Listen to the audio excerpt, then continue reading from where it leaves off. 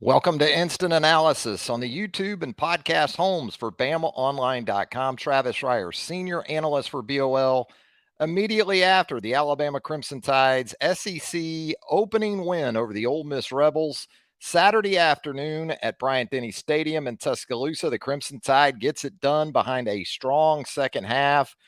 Game that had a little bit of everything, right? A little bit of everything that I think Alabama fans had seen through the first three games anyway. You saw into the fourth game as well. Some of those not so favorable, but certainly, again, a strong finish to the performance. Bob checking in here. We have the live discussion. If you'd like to jump on board with us, you are more than capable of firing comments or suggestions at us. We'll gladly accept those as we move throughout the program. But again, not how you get going, I guess, but how you finish. And Alabama took care of business when it mattered most there in the second half. Doesn't mean there still isn't a lot to clean up for this football team, especially on the offensive side of the ball. But I'd say that was certainly more along the lines of the blueprint that a lot of us anticipated for Alabama offensively going into the season. Early in the game, we saw it with Jalen Milroe, more in the way of design runs. Not a great variety, but at least some situations where you get the extra blocker and you get him going downhill. You still saw some coverage issues for Jalen when it comes to trap coverage. I know Nick Saban in his post-game news conference said he mentioned the trap. And he also said, well, I don't think you guys would really know what I'm talking about. Well, if you watch second watch at BamaOnline.com after that Texas game, we showed you what trap coverage is. And Jalen threw it into it once again, this time for an end zone interception. But talked about this throughout the week as far as the reinsertion of Jalen Milroe at the quarterback position. Explosive play potential is a big part of that. Yes, you don't like the mistakes. There's still some fundamental flaws to his game when it comes to throwing into the kind of coverages that have produced the 3 interceptions he's thrown to date this season. You don't like that at times he gives up on protection, goes out the side door when there's a pocket to work with. Some of that's understandable because he has gotten pressure when he's tried to stand in there. So quarterback gets enough heat, I don't care who it is, they're going to start to see ghosts in the pass rush and start to get out of favorable protection issues when they don't have to. You don't like that he holds on to the football and takes some sacks from time to time. And that was a real issue for the Alabama offense there in the first half. 9 tackles for loss for Ole Miss. But when you sat and thought about it at the half, you're thinking, where did Ole Miss really win up front? Are in one-on-ones that would lead to that type of tackle for loss production. And a lot of it was unforced issues for the Alabama offense. But give special teams and certainly the defense a lot of credit. Held things down just long enough until the offense could get it going there in the second half. Explosive pass plays from Jalen Milroe to Jermaine Burton. How about that adjustment on the football there in the third quarter? Looked like Jermaine was running a flag route, running it back to the corner. Jalen throws the post, but Jermaine makes the adjustment looking back into the sun and comes up with a huge grab. What about Jalen Hale, the emerging true freshman on the outside at the wide receiver position? Not only goes up in the end zone and gets the football, but the strength in the hands to hang on through the catch for the score. Big plays in the second half. We talked about how Alabama would need a mix of both when it came to the passing production and the rushing production. And that was the sort of mix you got there in the second half. Run the football, hit some explosive, and give Jalen some credit too. I thought after the interception, we at least saw him try to come down to the tight end, hit Robbie Oots, who made a hell of a catch. How about that athletic grab for Robbie Oots there in the second half? He goes up. That was a dangerous throw in the middle of the field, but Oots made it good. We also saw Jalen try to get down to the back a time or two. It's probably not happening at the rate that Tommy Rees would like, but at least there were signs that Jalen learned something from the first half. And when you look at his numbers, you got more than a push with Jackson Dart. Now, I think a lot more was probably placed on Jackson Dart, and give the Alabama defense a lot of credit. Made life extremely difficult for the Ole Miss quarterback. By the end of the game, Alabama had 10 tackles for loss. One of the things I thought would be a stat to keep an eye on in this game were carries by the quarterbacks. I thought Jalen Milroe needed more of them. I thought Jackson Dart was going to get plenty because we've seen him do that throughout his Ole Miss career. And Alabama did a super job on Dart and the run game in general. And you got to remember, Quinshot and Judkins a year ago in this game really put up some big numbers on that Alabama defense in 2022. Very nice job of limiting him and the Ole Miss running attack to under 60 yards. And at the end of the day, that's really what Lane's offenses are predicated on. Have to be able to run the football. And it's nice, isn't it? When you have guys at corner like Kool-Aid McKinstry and Terrion Arnold, and then you got Malachi Moore at the star position. Those guys continue to play at an exceptionally high level, not just in terms of coverage, but what I like most about those guys, if you try to work the perimeter game like Lane likes to do with those jet sweeps, it's not going to be easy, getting edges on guys like Kool-Aid and Arnold and also Malachi. And that's before you talk about the outside linebackers who played great once again today in the win over Ole Miss, carried over that performance from South Florida. When you talk about Dallas Turner, Chris Braswell, you get inside. I thought Tim Keenan was especially active from start to finish while he was in there. Jaheim Otis did some good things as well. I thought as the game moved on, you saw Lane start to try to get some matchups on Jalen Key, the safety, and they were successful in doing some of that in the second half. But overall, stellar performance from that Alabama defense. Again, really a blueprint type of performance for this team right now. It doesn't mean this team and this offense doesn't have a ceiling that it can still ascend to. It just means for right now in September, this is the way Alabama has to win football games. And that's before you get into the special teams and Ja'Cory Brooks. I didn't have Ja'Cory Brooks blocking a punt in 2023 before he'd catch a pass.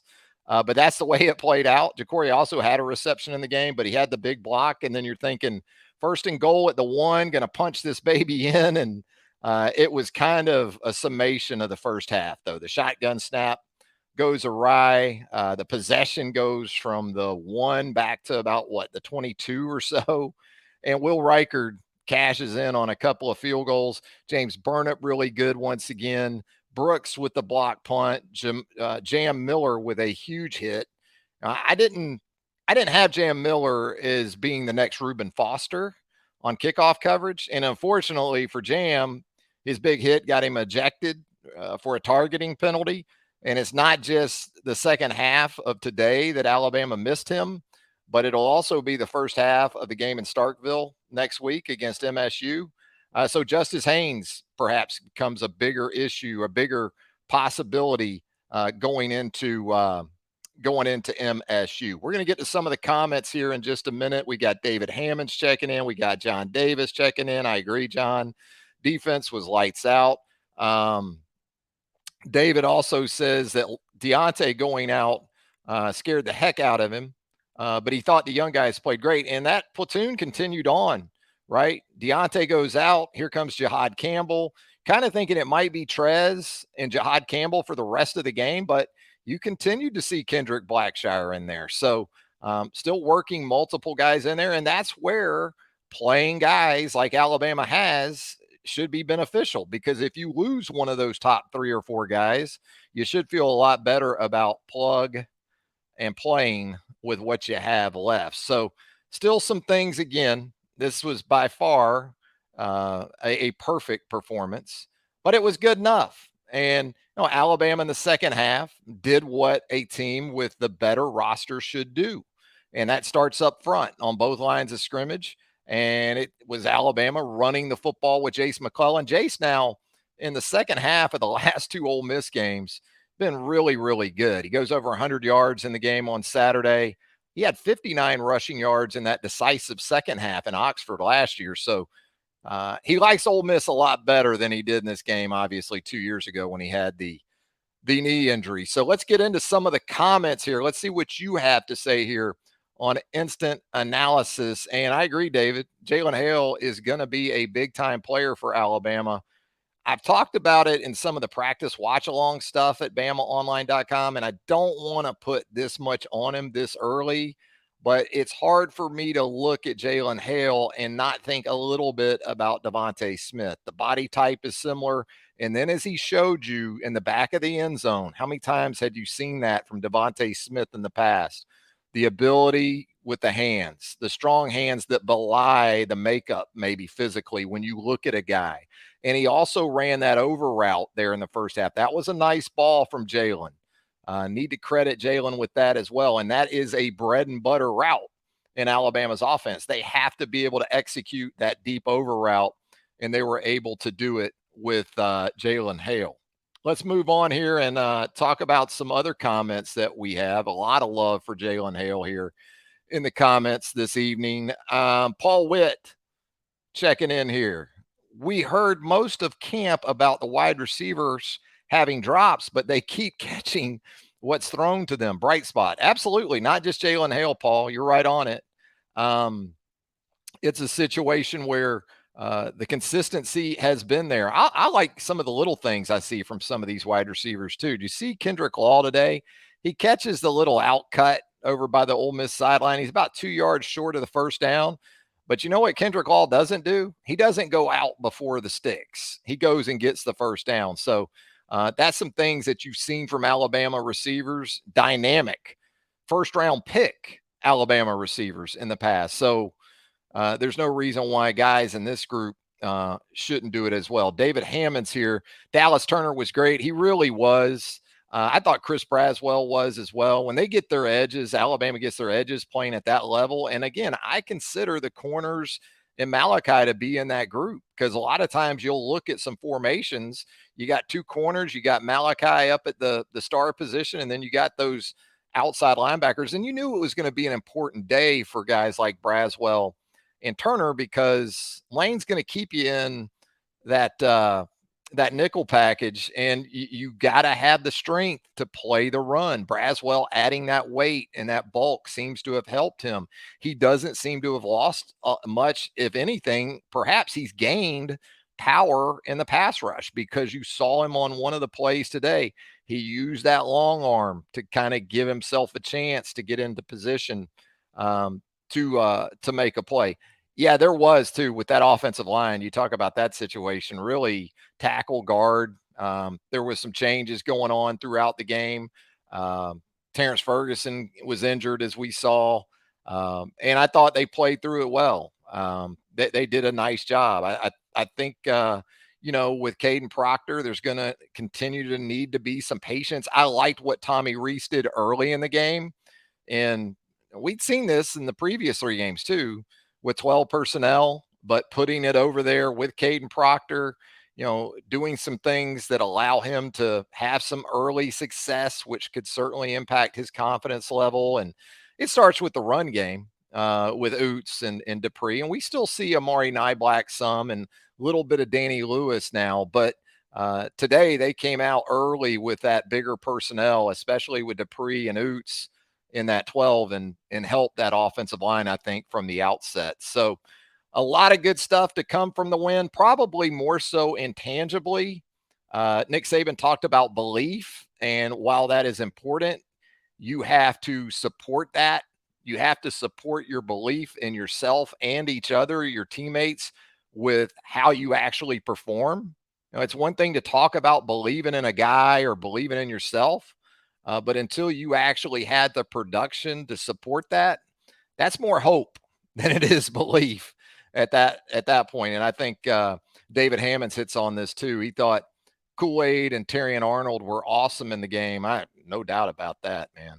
Those guys are playing at a high level. Terrion in the last couple games, I think since the Texas game, we talk about taking lessons and applying it to your game. And it seems like he has done that. He got challenged on a couple of those back shoulder throws. And, it's interesting when we go through the practice watch along because we'll watch some of these individual drills that seem rather benign, right? It's like, well, they're just getting loose. No, every drill that Alabama implements in a practice typically has some crossover to game situations. And so this last Tuesday, we were watching, some of the corners working with practice squad type wide receivers and, taking their cues from the receiver's shoulder to their eyes and then getting their shoulders open and their head around on some throws. And what we were watching Tuesday absolutely had back shoulder throws in mind. And you saw Terry and Arnold take those concepts and employ them on the field. That's always cool to see that. No doubt about it. Here we've got John Davis checking in. Holding Ole Miss to 10 points is a great accomplishment by the D. It looked like Tim Smith was getting some inside pressure too. 5 total sacks by the defense. Yeah, I thought all those guys were, when you talk about Smith, you talk about Keenan and Otis, they were at least pushing the pocket. I thought Keenan was starting to beat some double teams. I thought Keenan had a pressure on one play where you also saw Jaheim Otis with some tremendous athleticism in chasing Dart into the Alabama sideline. So I did take away from this game some improvement. I don't think there's any doubt about that. So defensively, I think is where it's going to start. But for Alabama in this win. But again, I wouldn't discount the performance of the special teams. Didn't like my guy Will Reichard hitting those kickoffs out of bounds. I thought we had moved past that from a couple of years ago. You remember a couple of years ago, Will had a little bit of issue with the kickoffs going out of bounds. And so was thinking that maybe those were a thing of the past. But you know what? He keeps making field goals. You can live with it. And it was a bizarre situation that led up to his second one. I know Nick was asked about what appeared to be a loss down there in the third quarter. And when it turned out, it was a communication breakdown between the officiating crew and the Alabama sideline, because as Nick explained it, the official who is primarily responsible for setting the football, for spotting the football, signaled to the Alabama sideline, or at least it was their perception of the signal, that Alabama was short of the line to gain. And so Alabama runs a quarterback sneak to, in its own mind at that point, get the first down, when in reality it already had. And Nick said his explanation from the white hat was that the white hat had signaled first down on the play before. Nick's response to that was, well, I'm looking at the guy who spots the football, who usually makes that signal. So ended up not being as important as it seemed like it might have been at the time. And so, that was bizarre. It kind of, again, sums up Alabama football through 4 games, a little bit of everything. It's been exciting, right? If nothing else. So the Alabama offense, you talk about spreading the ball around. Jalen did that. 10 different receivers in the game by my count. Let me check here real quick. Yeah, I think it was 10 different receivers for Alabama in the game. Jalen Hale, 2 catches for 63 yards. He had that over route and then the touchdown for a grab for a touchdown on the deep ball. Jermaine Burton, 2 catches for 62 yards. CJ Dupree, 2 catches for 28. CJ with a heck of an individual effort on one of those grabs where not only took a big shot on the catch, but then got some nice yardage after the catch. So not a big day for Isaiah Bond. 1 catch for 10 yards. Tried to go deep to him early. Jalen overthrew him by a little bit there. Looked like Isaiah was getting a little bit of separation on that play. But again, the running game, we thought it might be more Roydell Williams this week. Roydell got his touches, but again, the hot hand, similar to what Roydell was in the second half last week down in Tampa, that was Jace McClellan in this one. And Jace goes 17 times for 105 yards, averages 6.2 per carry. One of my predictions in 5 predictions yesterday at BamaOnline.com was that first team to 150 rushing yards and 10 chunk plays would win the game. Alabama didn't get to 150 rushing yards in large part due to sacks that Milroe incurred in the game. But when you look at the running back production for Jace McClellan, you certainly can win a lot of games with what they were able to do. I think it was 109 of Alabama's 131 rushing yards came in the second half. And then you look across at Ole Miss in terms of rushing yards, just 56 yards. Jackson Dart, I thought the 2 quarterbacks would combine for no fewer than 25 carries. Jalen had 16. Dart had 12. I love Dart's toughness, but there's a line to it, and you just worry for that young guy that some of the hits he takes. Jahad Campbell, how about the hit from Jahad Campbell right in the middle of the field today? And that was a picture perfect form tackle by Jahad Campbell. You just wonder how many of those Jackson Dart has in him before we see Spencer Sanders for the Ole Miss Rebels. So Alabama now going to head to Starkville next week.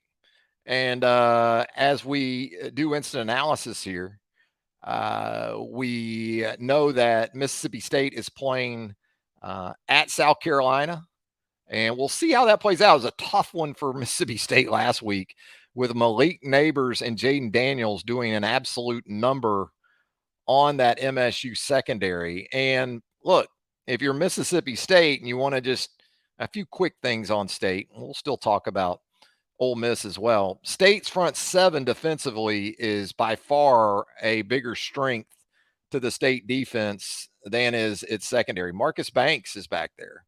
And it's weird, isn't it? You play in these games now, and because of the transfer portal, you see at least one or two guys, it seems like every week. Today, you saw Stephon Wynn at defensive tackle for Ole Miss.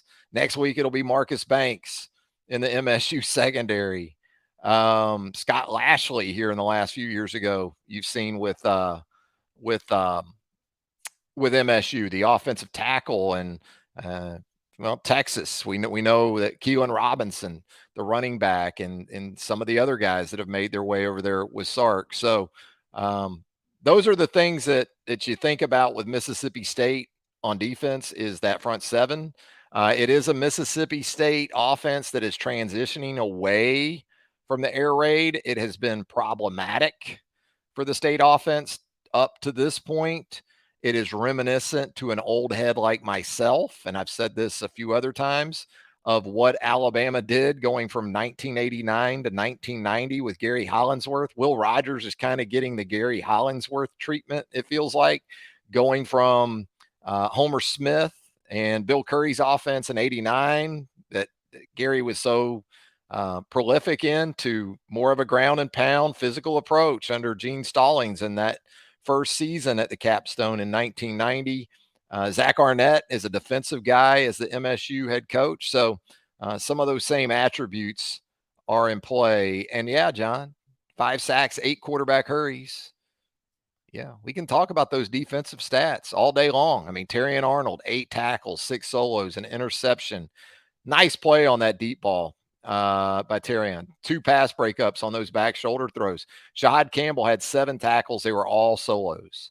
Malachi Moore, edge setting dude at that star position. 6 tackles, 5 solos, 1 TFL, a quarterback hurry. How about that last blitz that, Kevin Steele, T-Rob, a combination of everybody brought. They brought the double-barreled safeties there on that last hit on Jackson Dart and getting off the field on that 4th down. Caleb Downs made a nice pass breakup there in the 4th quarter. Jalen Key with 5 tackles.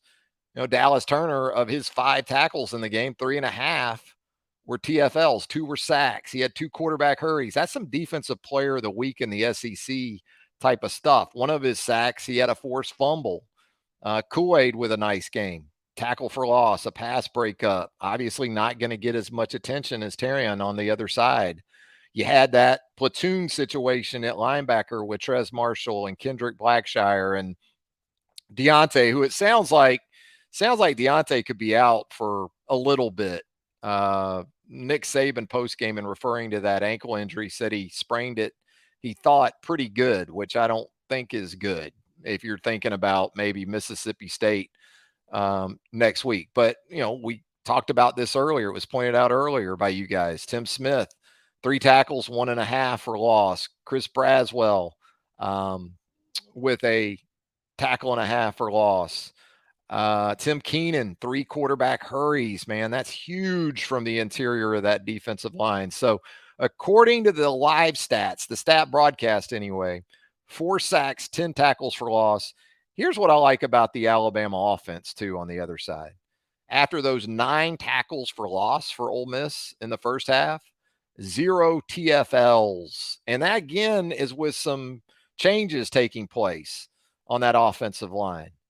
Still too big of a number in the first half, no doubt about that. But again, I felt like those were mostly self-inflicted, and they all weren't related to the line of scrimmage. I mean, there were some situations where Jalen's got to do a better job at getting rid of the football when he has a chance to do it.